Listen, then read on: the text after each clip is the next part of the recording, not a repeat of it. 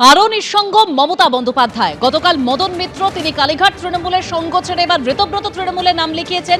আর এবার কোয়েল মল্লিক তিনি তৃণমূলের রাজ্যসভার সাংসদ পদ থেকে ইস্তফা দিয়েছেন।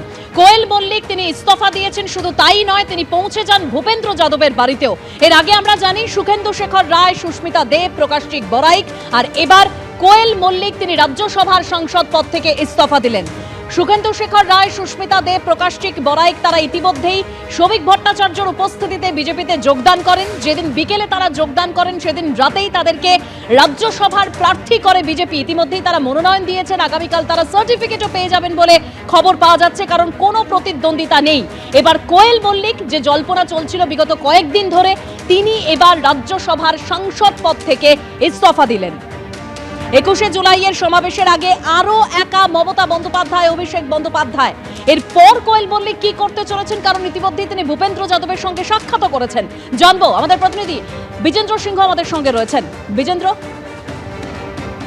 দেবস্মিতা, কোয়েল মল্লিক এখনো কিছু অফিসিয়াল তার রিয়াকশন আসেনি। তাকে আমরা চেষ্টা করছি তার বক্তব্য নেওয়ার জন্য, কিন্তু তিনি কোনো বক্তব্য খুব সময় তাকে রাখতে চাইছেন না।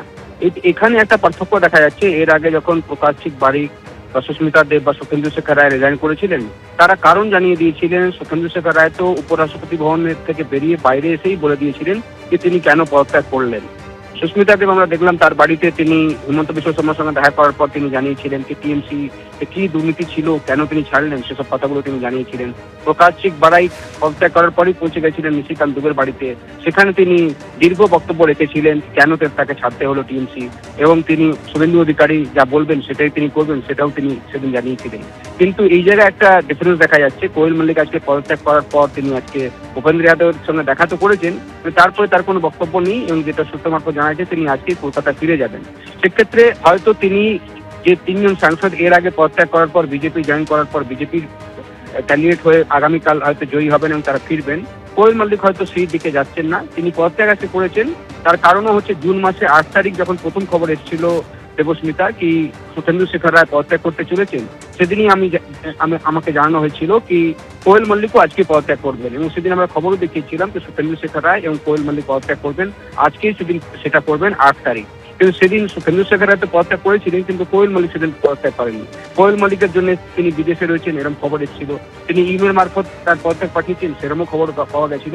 কিন্তু ইমেল মারফত পদত্যাগ হয় না। লোকসভা এবং রাজ্যসভা এমপিকে যদি রিজাইন করতে হয় তাহলে ফিজিক্যালি প্রেজেন্ট হয়ে তাদেরকে বলতে হয় যে তারা স্বেচ্ছায় পদত্যাগ করছেন, এবং সেটাই আজকে আমরা দেখলাম। কোয়েল মল্লিক আজকে প্রথমে ভূপেন্দ্র যাদবের সঙ্গে মিটিং করেন এবং তারপরে চলে আসেন তিনি উপরাষ্ট্রপতি ভবনে, এবং সেখানে তিনি তার পদত্যাগপত্র জমা দিয়ে সেখান থেকে চলে গেছেন। এবং মনে করা হচ্ছে কি হয়তো তিনি আর হয়তো রাজনীতি থাকবেন না, কিন্তু বলা যেতে পারে তিনি এপ্রিল মাসে শপথ নিয়েছিলেন, খুব সম্ভবত 4 এপ্রিল তিনি শপথ নিয়েছিলেন, 6 মাসও হয়নি, এবং তার মধ্যে তিনি পদত্যাগ করে দিলেন। 6 বছরের মেয়াদ ছিল দেবস্মিতা, এবং তার 6 মাসও না হয়ে তিনি পদত্যাগ করেছেন। একটাও সেশন তিনি ফেস করলেন না। যদি তিনি একদম বিজেন্দ্র, ঠিক যেরকম তুমি বলছো যে 6 বছরের মেয়াদ ছিল, কিন্তু 6 মাস কাটতে না কাটতেই তার আগেই কোয়েল মল্লিক তিনি রাজ্যসভার পদ থেকে ইস্তফা দিলেন। আমরা জানি কোয়েল মল্লিক অর্থাৎ রঞ্জিত মল্লিকের বাড়িতে অভিষেক বন্দ্যোপাধ্যায় একেবারে জানুয়ারি মাসের 14 তারিখ এবছরই পৌঁছে যান। তৃণমূলের যে পুস্তক অর্থাৎ এই উন্নয়নের যে খতিয়ান তা তুলে ধরতেই রঞ্জিত মল্লিকের বাড়িতে অভিষেক বন্দ্যোপাধ্যায় তিনি পৌঁছে গিয়েছিলেন। সেই ছবি আপনারা দেখতে পাচ্ছেন, এবং রঞ্জিত মল্লিক তিনি বলেছিলেন যে অভিষেক বন্দ্যোপাধ্যায় ভালো ছেলে, আমার খুব ভালো লাগে অভিষেক বন্দ্যোপাধ্যায়কে। আর তারপরেই কোয়েল মল্লিককে একেবারে রাজ্যসভার সংসদ করে পাঠান মমতা বন্দ্যোপাধ্যায়। কোয়েল মল্লিক তিনি 5ই মার্চ তিনি নমিনেশন ফাইল করেন, একেবারে সেই সময়ের ছবি আপনারা দেখতে পাচ্ছেন।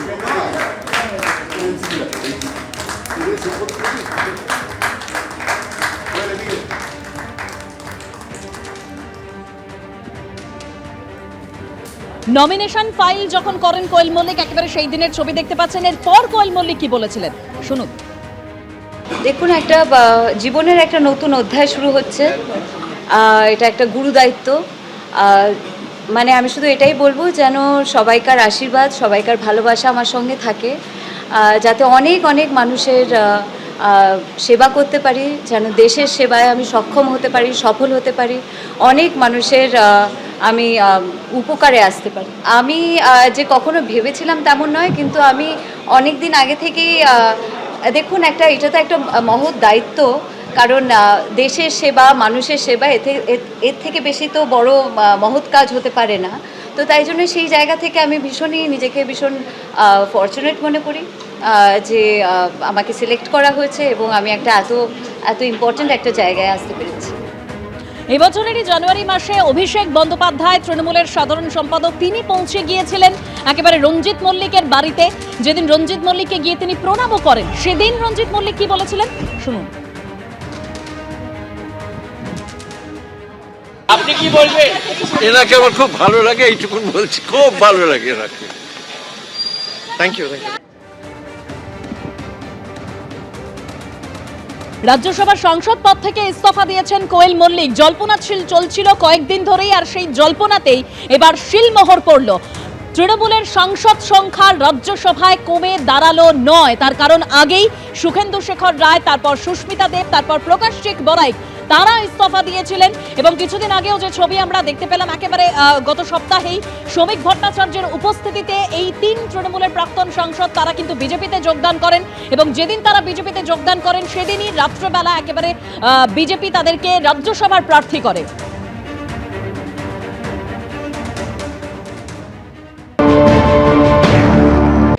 আমি জানি পশ্চিমবঙ্গের মাটিতে তৃণমূল এখন কোয়েল মল্লিক তো সরাসরি কোনোদিন রাজনীতি করেননি, পলিটিক্সে ল্যাটারাল এন্ট্রি হয়েছিল।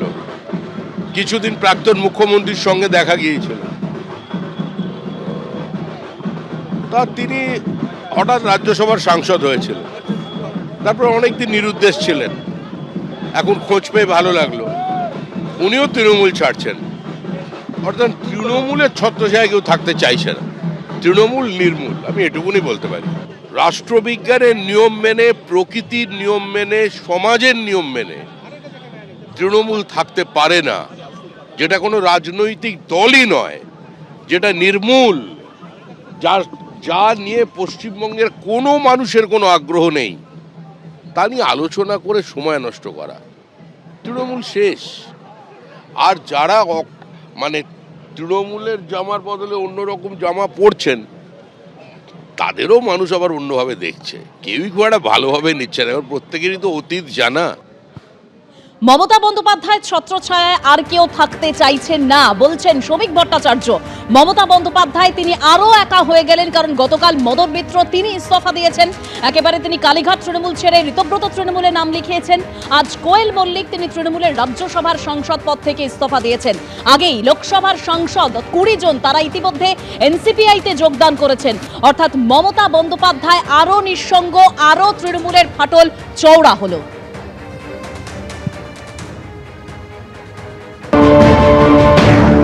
ইস্তফা দিয়েছেন কারণটা অনারেবল সাংসদের ব্যক্তিগত নিশ্চয়ই, কিন্তু আমার যেটা মনে হয়েছে একজন সাংসদ তিনি একটা উনি যখন নির্বাচিত হন তখন উনি বলেছিলেন যে আমি দেশের জন্য কাজ করতে চাই। এতটাও হালকা কথা উনি বলেন না যতটা শুনেছি।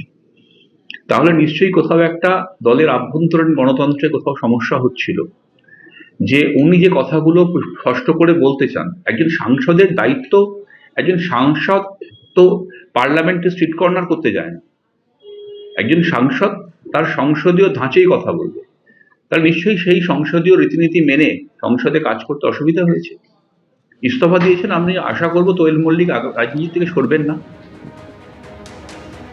কোয়েল মল্লিক তার পূর্বসূরের পথে অবলম্বন করেছেন, কারণ তিনি যে শুধুমাত্র রাজ্যসভার সাংসদ পদ থেকে ইস্তফা দিয়েছেন তা নয়, তারপর তিনি পৌঁছে যান একেবারে ভূপেন্দ্র যাদবের বাড়িতে, ভূপেন্দ্র যাদবের সঙ্গে তিনি দেখাও করেন। এরপর কোয়েল মল্লিক কি করতে চলেছেন এটাই এখন সবথেকে বড় প্রশ্ন, কারণ তিনি ভূপেন্দ্র যাদবের সঙ্গে সাক্ষাৎ করেছেন।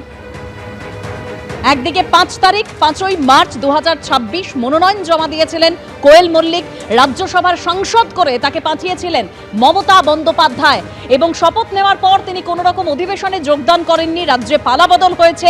তারপর যখন রাজ্যসভার প্রাক্তন তৃণমূল সাংসদ তারা একেবারে ইস্তফা দিয়ে দিয়েছেন, প্রকাশচিক বড়াইক থেকে শুরু করে সুখেন্দু শেখর রায়, সুস্মিতা দেব, তারপর এবার কোয়েল মল্লিক তিনি ইস্তফা দিলেন রাজ্যসভার সাংসদ পদ থেকে।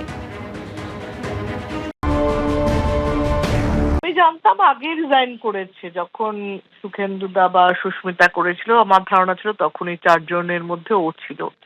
তো এখন জানছি যে আপনাদের কাছ থেকে যে আজকে করেছে, তার মানে আগে করেনি।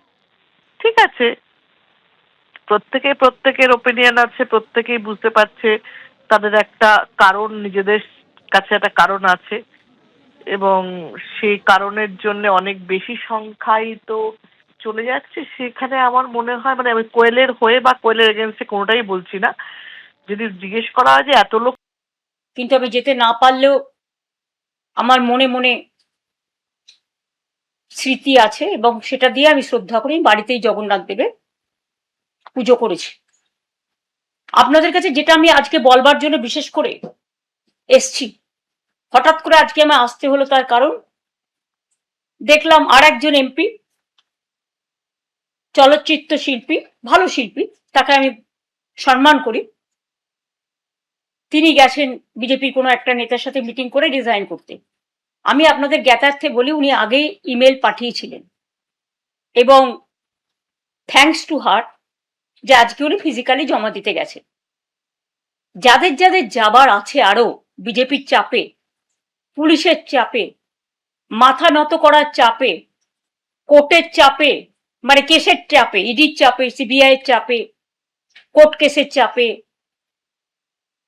তারপরে হচ্ছে ভয়ঙ্কর ভয়ঙ্কর সিআইডি কেসের চাপে, সিবিআই এর চাপে, আইসিওসির চাপে, এসটিএফ এর চাপে, তাদের অনুরোধ করে বলবো, প্লিজ 21শে জুলাইয়ের আগে যার যা সিদ্ধান্ত নেয়া, যারা যারা বাঁচতে চান জীবনে লোটা কম্বল নিয়ে, তারা দয়া করে যেখানে ইচ্ছে যান বিজেপির কথা শুনে।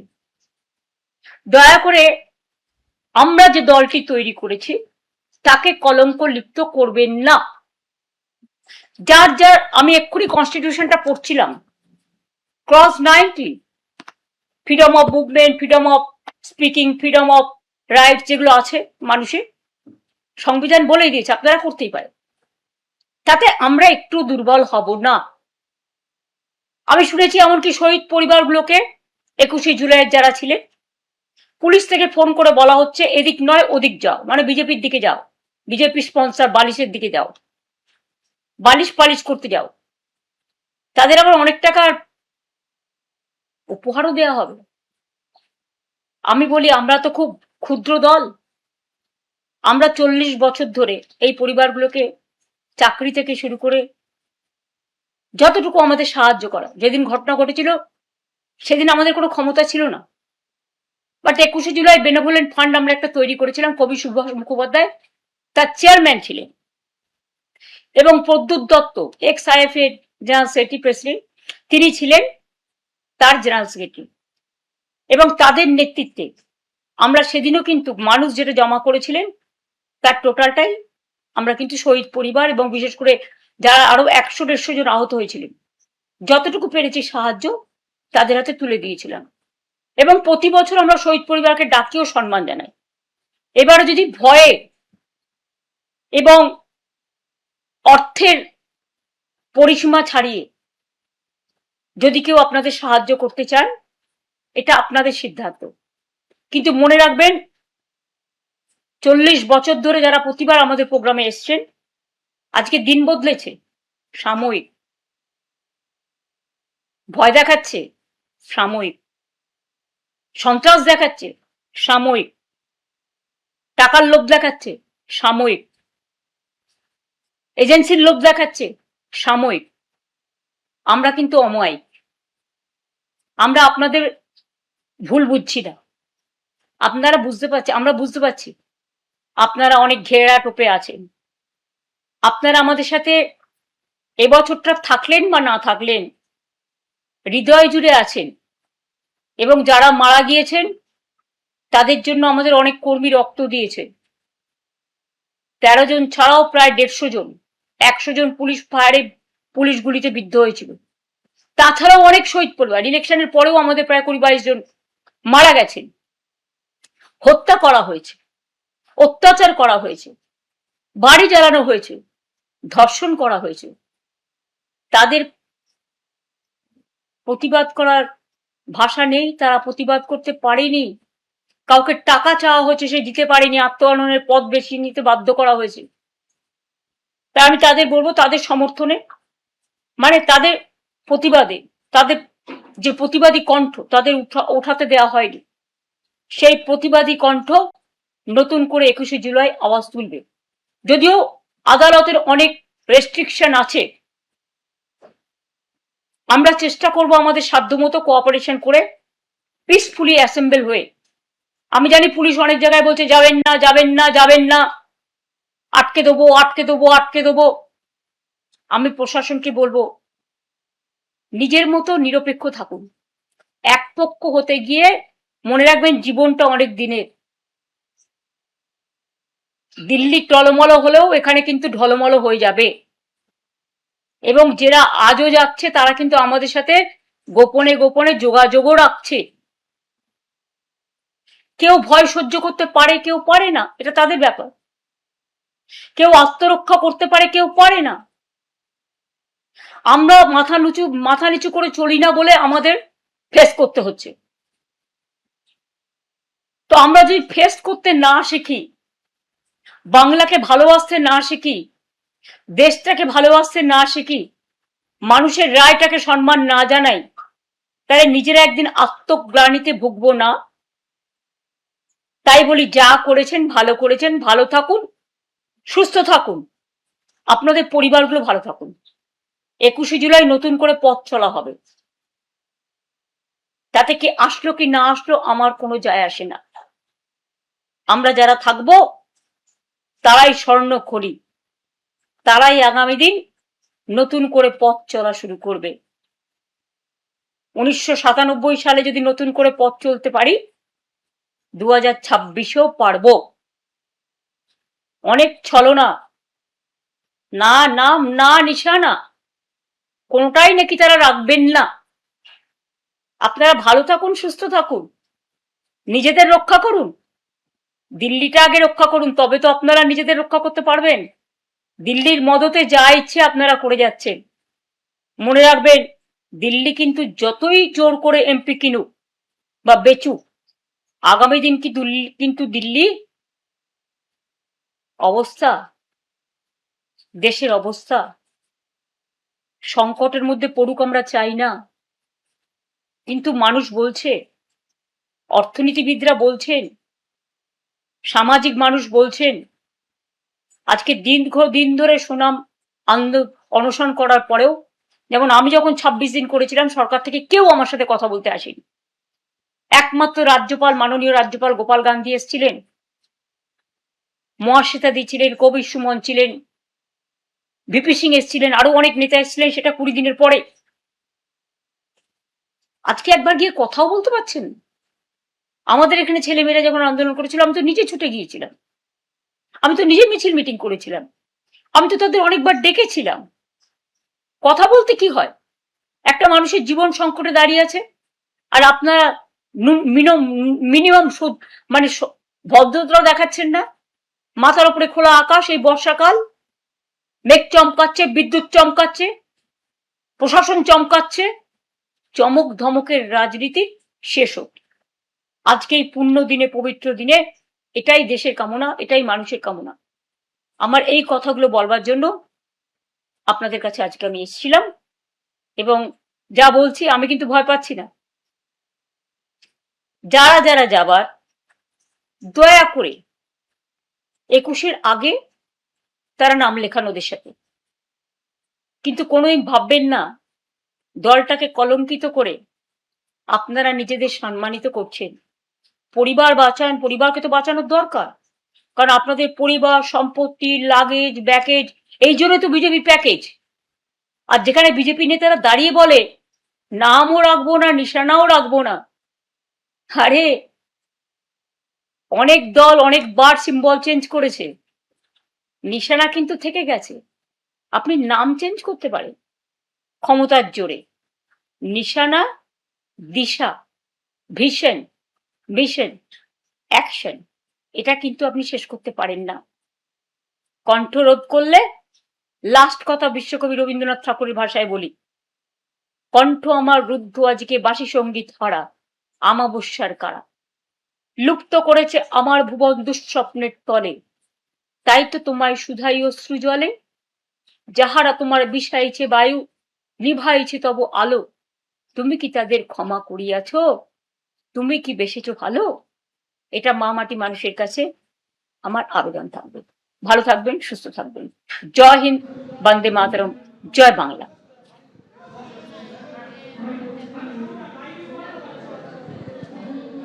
এবিপি আনন্দ, এগিয়ে থাকে, এগিয়ে রাখে।